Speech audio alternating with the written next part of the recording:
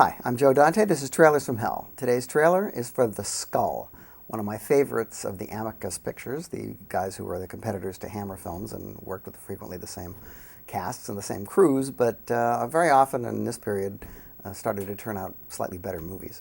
Here it is. It's a new height in fright.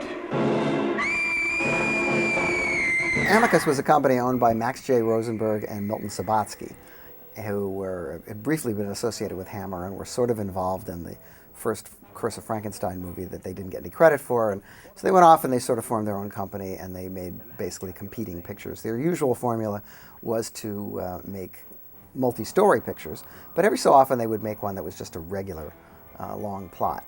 But they would still use their same concept of using a lot of different English character actors and hiring them for very small periods so that they were able to have short scenes throughout the picture with all these terrific actors. This one stars Peter Cushing as a collector who buys the skull of the Marquis deSade. This, needless to say, exerts a baleful influence over him. And here's Christopher Lee trying to tell him it's a bad idea, but he's not buying it.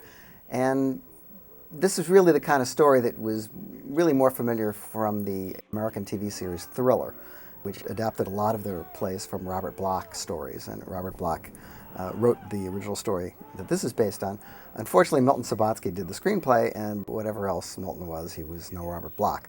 I had seen a number of other pictures directed by Freddie Francis, the great cinematographer, but this was the one that really I thought was his masterpiece at the time. It's got a lot of really great transitions in it. There's a real feeling of menace, and sometimes you're not sure whether what you're seeing is part of a dream or not part of a dream. And I really remember thinking that this picture was really pretty good at the time. It was very elusive for a while. You couldn't find it. It's a Technoscope movie. It was only on television in pan and scan, and recently come out on DVD, where I think everybody else can see what a surprisingly good picture it is. Based on a very skimpy premise, but to me it's one of the better pictures of its type, and so I recommend The Skull.